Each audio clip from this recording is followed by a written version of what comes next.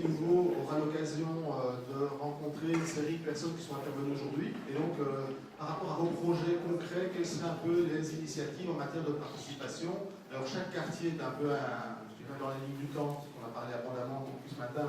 Vous n'êtes pas toujours au même niveau de formalisation, au niveau d'avancement du projet. Et vous avez bien vu que la participation peut se mettre en place de différentes manières à différents moments. Il y a différentes techniques, je reviendrai à la conclusion tout à l'heure là-dessus. L'idée, c'est que cette fin de matinée puisse servir de manière très pratico-pratique. Vous avez entendu un tas de choses, les différents intervenants sont là, et donc c'est un peu une manière de vous saisir de ce qui a été proposé autour de vos projets. Avant ça, nous avons la chance d'accueillir Madame Jondel Zetlaoui. Vous nous venez de Paris, comme la science en général, et vous allez nous faire un peu un récapitulatif, je dirais, de la manière dont les écoquartiers ont impliqué les citoyens en France. Donc ça permettra de voir un peu, vous allez sans doute revenir sur une série de choses que tout le monde connaît, peut-être vous travaillez assez vite là-dessus, sur les exigences européennes, etc., en matière de transparence sur les informations, l'implication des citoyens, etc., et de voir justement quelles sont un peu les techniques et quelles sont les techniques qui ont bien marché à travers les différents cas qui ont été mis en œuvre en France. Un grand merci d'être venu et on vous cède la parole, et puis après ça on fera les tables de discussion. Parfait. Merci beaucoup et merci pour cette invitation, pour une matinée en tout cas qui moi m'a beaucoup intéressée et qui montre qu'on est vraiment dans un moment de transition dans la façon d'aborder l'aménagement urbain durable et la place des habitants. Je serais peut-être un peu moins optimiste que vous sur le fait qu'on se soit vraiment départi de culture technocratique de l'aménagement et que le problème serait principalement du fait de quelques réflexes NIMBY. Il me semble que en fait les cultures de l'urbanisme dont on a hérité depuis 2 siècles restent encore extrêmement prégnantes et que pour justement dépasser le rapport à l'habitant dans une dimension NIMBY, eh bien, il y a encore un petit peu de chemin à parcourir. Alors, je ne vais pas vous faire une histoire exhaustive de la participation en France et à l'international. Je voudrais justement, pour quand même insister sur les obstacles qui restent à lever, rappeler comment ce sujet, finalement, a atterri relativement récemment dans l'histoire du champ de l'urbanisme, que ce soit en France, mais aussi en Europe. Et on a beaucoup de points communs dans cette histoire, je pense, entre la France et la Belgique. Alors, l'habitant, la question de la place de l'habitant se pose dans les années 60 avec une dimension d'emblée très conflictuelle. Et c'est finalement par la lutte, les luttes urbaines, qu'il y a une contestation d'un urbanisme technocratique qui a tendance à gommer finalement les spécificités locales. Au début des années 70, les mouvements naissants de l'écologie politique qui fabriquent de la contestation environnementale autour d'un certain nombre de grands projets vont conduire, notamment en France, à la mise en place de tout un mouvement d'institutionnalisation de la participation, à savoir les élus, le législateur, qui, dans une période post-68, voit avec une certaine méfiance ces mouvements émergents, spontanés et contestataires, va essayer d'encadrer l'organisation de ce qu'on appelle de la concertation dans un certain nombre de secteurs de la démocratie locale et de l'aménagement. Comme ça a été aussi dit ce matin, en fait, des enjeux aussi d'intégration sociale d'un certain nombre de populations en difficulté dans des quartiers en déprise économique vont être aussi stimulants, vont stimuler un certain nombre de nouvelles directives réglementaires en matière de participation citoyenne. Et puis, début des années 90, ce sont les conférences sur le climat, un certain nombre de grandes déclarations qui conduisent à ce que la participation soit de plus en plus perçue comme un nouveau mode de gouvernance vers un développement urbain durable et ensuite une transition écologique. Alors, bon, je fais partie d'un laboratoire de recherche qui, depuis plusieurs années, ausculte en quelque sorte les évolutions dans les projets de la place des habitants. Et ce qu'on constate quand même, c'est que malgré toutes ces évolutions réglementaires, hein, jusqu'à la première décade des années 2000, jusqu'en 2007-2008, la place des habitants dans les projets reste quand même très timide, reste relativement modeste, avec des démarches qui sont qualifiées de concertation par les pouvoirs, en particulier locaux, mais dans lesquelles on ne dépasse pas le stade de l'information. Ce qu'on note aussi, c'est des approches comptables de la participation, c'est-à-dire on affirme qu'on a fait beaucoup participer parce qu'on a organisé beaucoup de réunions, des expositions, on a réussi à atteindre beaucoup de public, mais finalement, quelle sont les interférences de ces démarches participatives sur les prises de décision? Là, on est avec des résultats relativement peu ambitieux, si bien d'ailleurs qu'un certain nombre d'organismes et de structures d'évaluation de ces démarches au sein, par exemple ici, de l'Agence de rénovation urbaine, affirment que les démarches concrètes d'implication des habitants dans les projets de rénovation urbaine restent véritablement l'exception. Alors, les choses évoluent significativement quand même en France à partir de cette décade 2000, notamment à partir du moment où on ratifie la Convention européenne d'Aarhus qui pose que le citoyen doit avoir un droit d'accès à l'information qui concerne son cadre de vie, mais aussi doit être partie prenante des décisions dans ce domaine. Alors c'est à la suite de cette ratification qu'on va aller plus loin à la fois dans les dispositifs réglementaires en France et dans des politiques publiques, en l'occurrence ici de mise en place de projets d'urbanisme durable et notamment d'écoquartiers dans la lignée, en particulier dans la suite donc, d'une vaste concertation intersectorielle, interministérielle, le Grenelle de l'environnement. Donc, dans la loi, il est indiqué que les collectivités qui veulent engager des programmes de logement ambitieux dans les prochaines années devront essayer de fabriquer ces projets dans le cadre d'un urbanisme pensé de façon plus durable.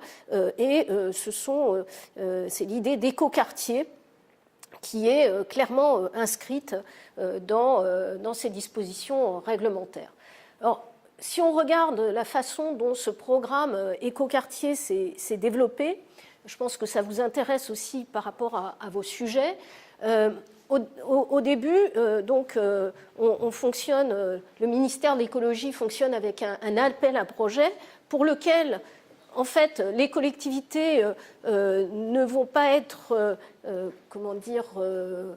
rétribuées par des aides financières, mais plutôt, ce qui est quand même assez intéressant, c'est que ce programme écoquartier qui se met en place vise avant tout à fédérer des initiatives et à aider les collectivités à bénéficier des expériences des unes et des autres et de réflexions aussi engagées avec des chercheurs sur le sujet.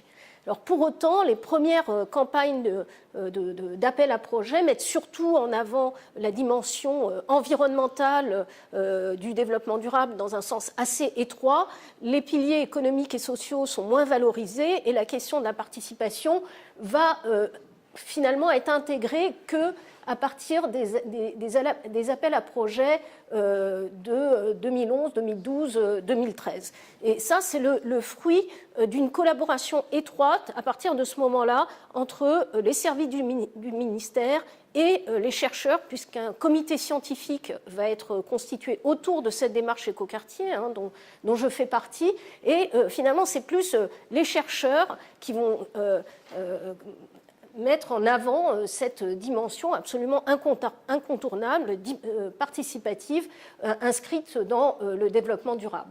C'est une labellisation, là aussi ce qui est assez intéressant, qui se fait par étapes, c'est-à-dire qu'une collectivité n'a pas une fois pour toutes son label une fois qu'elle a livré un projet ou bien une fois qu'elle a fini de le dessiner. En fait, à chaque stade d'élaboration du projet, il y a des évaluations qui sont faites et qui viennent reconnaître des formes d'engagement de la collectivité sur des ambitions qui sont partagées entre les services de l'État, les services déconcentrés de l'État et les collectivités. Donc on n'est pas non plus dans une approche qui est normative. L'idée, c'est que les collectivités définissent leurs propres enjeux par rapport à leur contexte et ensuite, eh bien, le label est attribué en fonction de la cohérence qu'elles ont réussi à établir entre les objectifs qu'elles se sont fixés et les moyens qu'elles ont mis en œuvre. Alors donc il existe aujourd'hui un club écoquartier qui regroupe près de 800 collectivités, dont toutes ne sont pas forcément entrées dans la démarche de labellisation, mais qui sont intéressées par le sujet et qui du coup, à l'occasion de différents forums, séminaires, plateformes, actions de formation aussi, peuvent échanger et se construire collectivement une culture de l'urbanisme durable. Pour ce qui concerne plus spécifiquement la question de la participation, on a fait une première évaluation en 2010 du niveau d'implication des habitants dans les premiers projets. Alors, le contexte des premières opérations, on avait analysé les 142 premières opérations en cours de réalisation. Déjà, on est en grande partie sur du tissu urbain ou de première couronne. 12% en milieu rural, c'est aussi parce que, tel qu'il a été présenté au départ, l'appel à projet semblait surtout concerner la ville dense, mais depuis, ça a quand même évolué.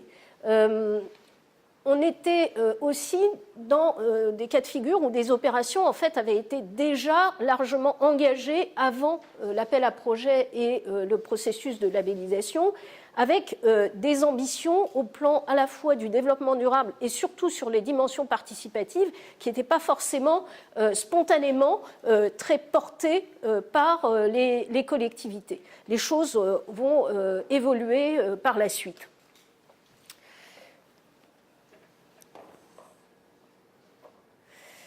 Alors, ce qu'on constate dans ces premiers projets, c'est qu'on a encore du mal à dépasser le stade consultatif. Donc, c'était important ce matin.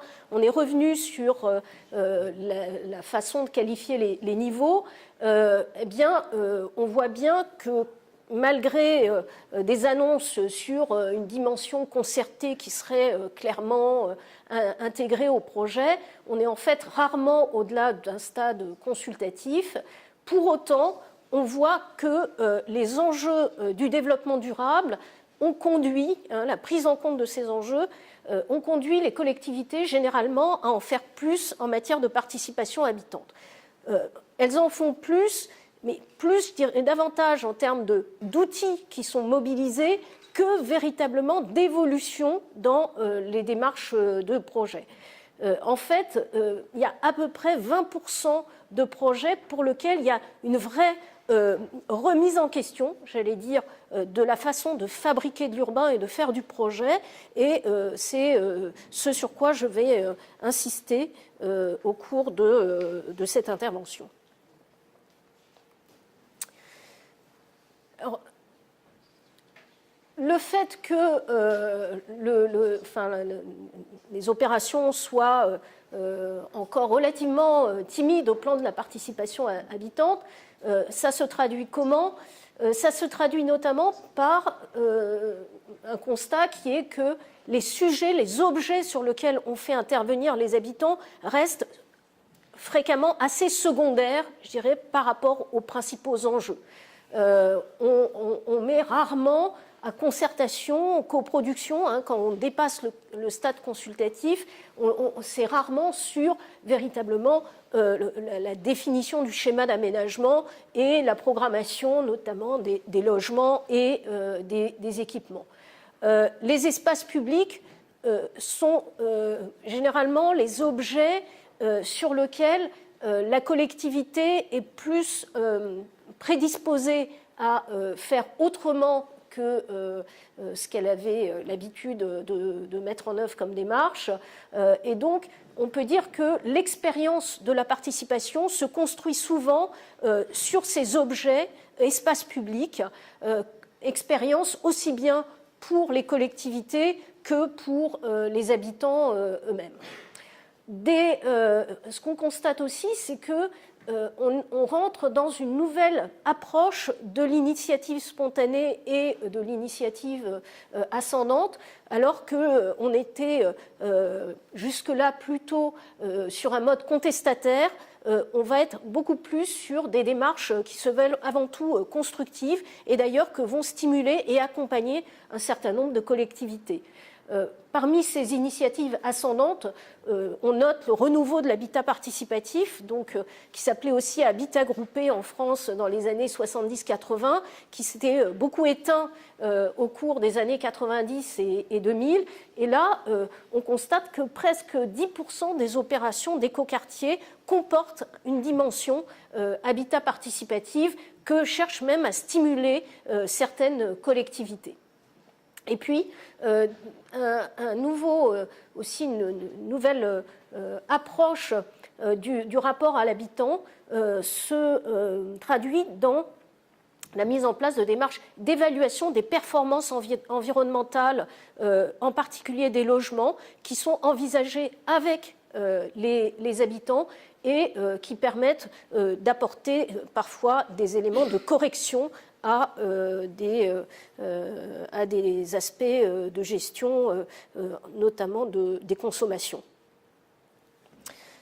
Alors, il y a deux points qui sont assez clairs et qui nous intéressent particulièrement, c'est que dans les démarches les plus avancées, dans les démarches participatives les plus avancées, on se rend compte que à la fois il y a une ambition forte au plan de la participation, une ambition forte au plan des enjeux du développement durable qui sont portés et des innovations qui émergent de ces démarches sans ces innovations aient été forcément posées de manière un peu incantatoire au début du projet. C'est la façon de fabriquer le projet qui en elle-même va être déjà innovante et puis un certain nombre de résultats qui vont être tout à fait singuliers à l'échelle de la collectivité. Point d'innovation assez fondamental, la question des ingénieries de projet, et c'est notamment là-dessus que je vais insister à travers l'exemple que je vais prendre. Donc j'ai décidé de vous parler du projet d'écoquartier Danube à Strasbourg parce qu'il fait vraiment partie des 20% d'opérations pour lesquelles les ambitions ont été vraiment fortes à la fois en matière de développement durable et de participation citoyenne, et sans avoir la connaissance des différents exemples que vous avez développés ce matin, je pense qu'ils cristallisent bien tout un ensemble de nouvelles positions et nouvelles manières de faire dans l'aménagement urbain. Alors, c'est un projet qui démarre dans les années 2000, sur un ancien site industriel au bord d'un canal. On est dans une zone qui était portuaire et très industrielle. Et c'est un projet qui commence de façon, entre guillemets, très classique, très technocratique au début des années 2000, avec une étude de faisabilité qui est demandée à un architecte qui, au plan environnemental, va surtout consister à identifier des problématiques de pollution et de traitement de l'eau et des sols, et finalement qui va aboutir assez vite par rapport, j'allais dire, à différentes dimensions pourtant urbanistiques qui auraient été à explorer, sur la définition d'un parti d'aménagement qui ressemble à un plan masse, c'est-à-dire dans lequel tout est déjà très dessiné, très figé. On parle à l'époque, la municipalité de l'époque estime qu'elle a bien concerté, qu'elle a fait une concertation réglementaire qui finalement s'est surtout traduite par une réunion publique et je crois une exposition. En 2008, la nouvelle municipalité décide d'aborder de façon très différente le projet, stimulée en cela par une association locale qui finalement va être extrêmement moteur pour ce projet-là, mais aussi pour d'autres, d'un renouveau de l'urbanisme à Strasbourg et notamment de l'urbanisme participatif. C'est l'association Écoquartier Strasbourg qui va proposer de faire de ce projet un projet exemplaire en termes de développement durable et expérimental et donc d'initier une démarche de production, enfin, d'aménagement d'écoquartiers à Strasbourg et qui aussi va avoir un rôle très important pour la mise en place d'une politique du logement à Strasbourg qui intègre l'habitat participatif. Troisième élément, cette association va être très sollicitée par la ville aussi pour l'aider à mettre en place une démarche de concertation. Donc la démarche de concertation, qui va être une démarche, on peut dire, de coproduction, va se définir avec les associations, en particulier cette association. Ce qui est très intéressant dans le cas de Strasbourg, c'est de voir comment la ville, la communauté urbaine de Strasbourg plus exactement, s'organise en interne pour porter ce projet. Ça sera un des objectifs de ma présentation, ça sera de vous montrer combien cette question de la participation, elle interroge avant tout le fonctionnement des collectivités, en particulier entre les services. Donc là, il y a une équipe projet qui s'est mise en place entre le service de l'urbanisme, de l'habitat, le service de la démocratie locale et qui va associer ensuite l'aménageur qui sera choisi pour cette opération.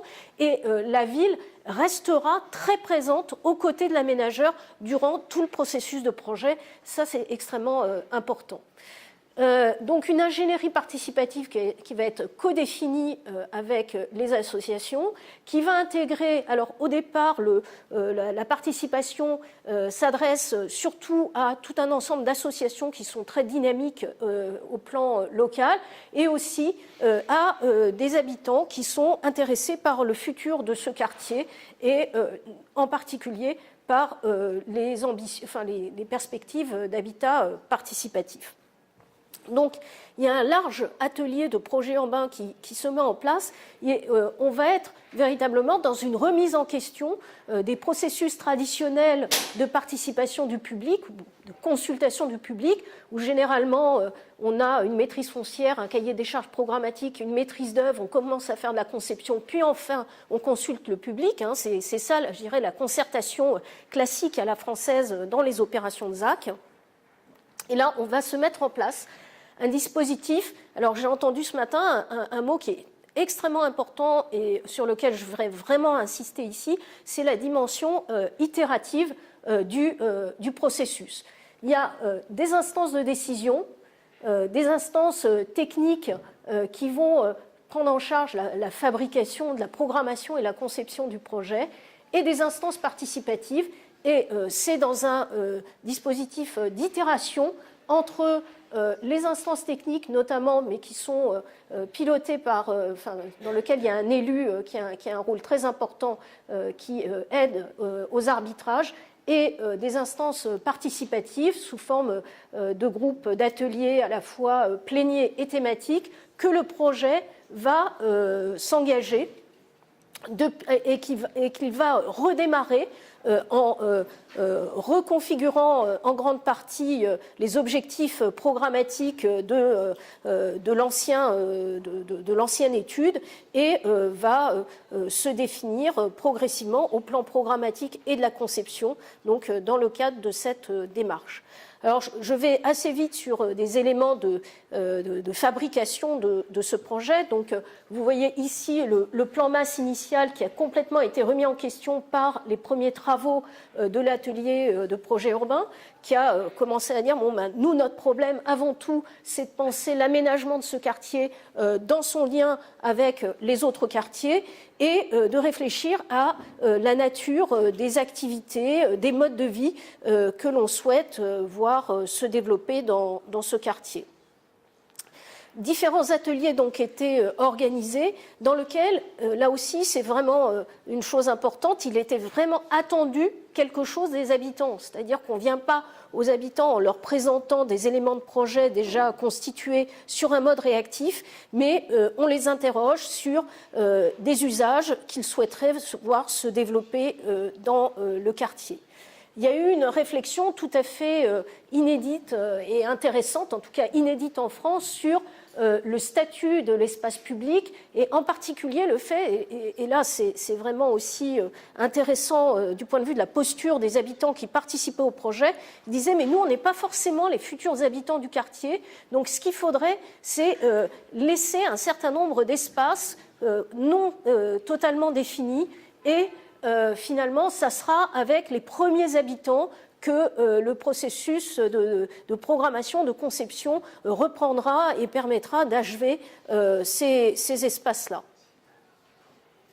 La participation habitante a conduit à une approche extrêmement multiscalaire de certains sujets comme la mobilité, la façon de considérer la place du vélo, depuis l'intérieur du logement jusqu'à des logiques de déplacement, bien sûr, en dehors du quartier, et les savoirs, les niveaux d'expertise des habitants sur ce type de sujet ont beaucoup bousculé les aménageurs dans leur façon d'envisager la question, par exemple, de la mobilité.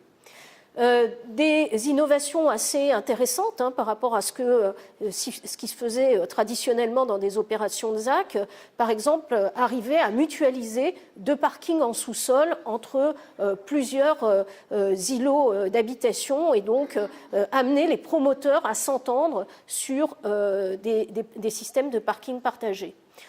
Un des sujets centraux de toute la concertation, c'est la question du partage et de la mise au commun, depuis l'espace public jusqu'à l'échelle du logement. Donc les ateliers, le travail avec les concepteurs, c'est beaucoup centré sur finalement qu'est-ce qu'on pourra partager, quels sont les degrés de mise en commun des espaces, de dispositifs d'aménagement dans le quartier. Le quartier va donner lieu à des opérations, notamment 2 opérations d'habitat participatif, l'une en autopromotion, l'autre en habitat plus coopératif porté par une société HLM.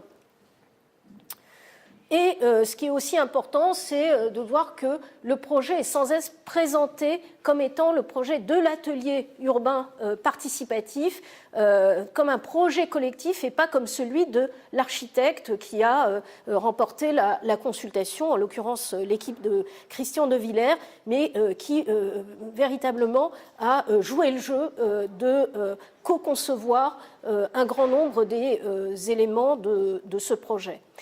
Et pour reboucler aussi sur un certain nombre d'échanges qu'il y a eu ce matin, en fait, les premiers habitants du quartier font tout un travail d'accueil des futurs et des nouveaux arrivants du quartier. Au fur et à mesure que les habitants arrivent, ils ont la possibilité donc de rejoindre un collectif d'habitants du quartier et de proposer tout un ensemble d'activités, d'animations autour du projet, sachant que depuis le début du projet, il y a un espace d'information qui a été aussi mis en place par l'aménageur sur une péniche et qui continue à fédérer les initiatives habitantes.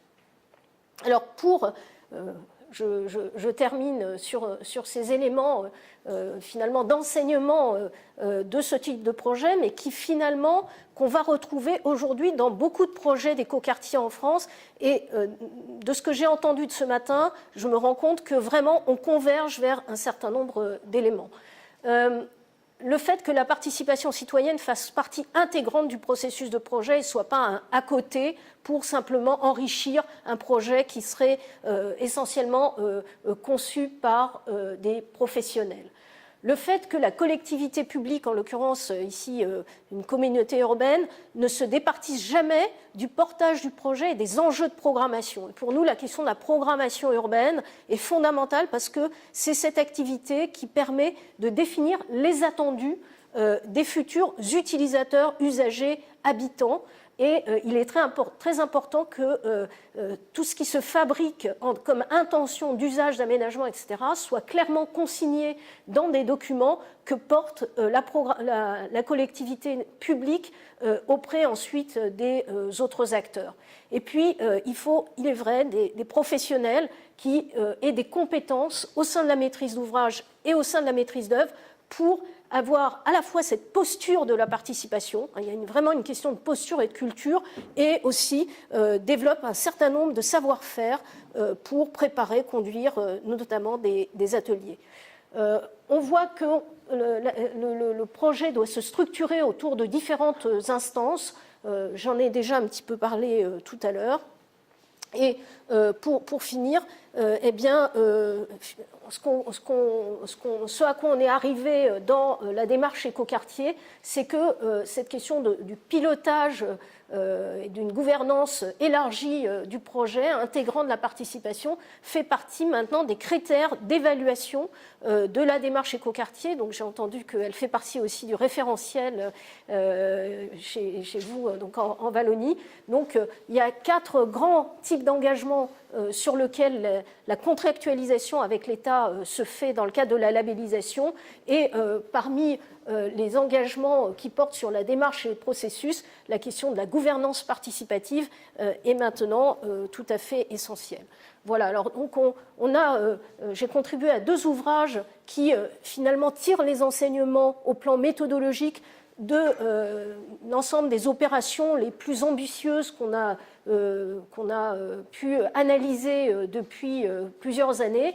L'un qui porte vraiment sur la participation citoyenne dans l'aménagement urbain durable et un autre qui parle notamment de cette question de la maîtrise d'ouvrage urbaine des opérations d'aménagement. Voilà. Merci beaucoup.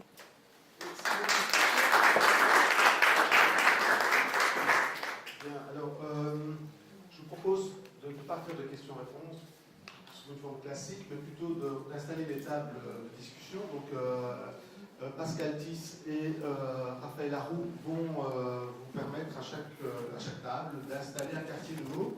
Et puis, il y a toute une série de personnes aussi qui sont là pour un peu aider ces quartiers nouveaux. Alors, les orateurs de ce matin, qui effectivement parfois un peu pressés par le temps, parce qu'on a mis un peu la pression sur un programme très chargé. Donc voilà, c'est maintenant, si vous voulez, le temps qu'il vous reste 35 minutes, je dirais, pour un peu lancer la discussion et peut-être aussi prendre des contacts, parce que ceci n'est qu'une première journée pour nous. Donc c'est pour ça qu'on l'a voulu aussi comme étant un temps où vous allez rencontrer une série de personnes et peut-être nouer des contacts pour pouvoir demain questionner votre projet et pouvoir l'améliorer, puisque c'est un peu ça, c'est faire du coaching, c'est vous aider à remettre la question de la gouvernance, comme ça vient d'être dit, au cœur du processus. Donc c'est Pascal et Raphaël qui vous invitent à prendre une table, donc c'est un peu les communes maintenant qui vont faire guichet, et chaque projet peut interagir. Alors Pascal, tu veux un petit peu complément. Attends, avant de les mettre autour de la table.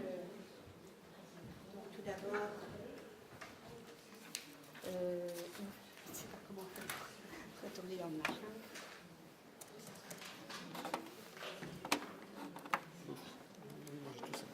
Ici ?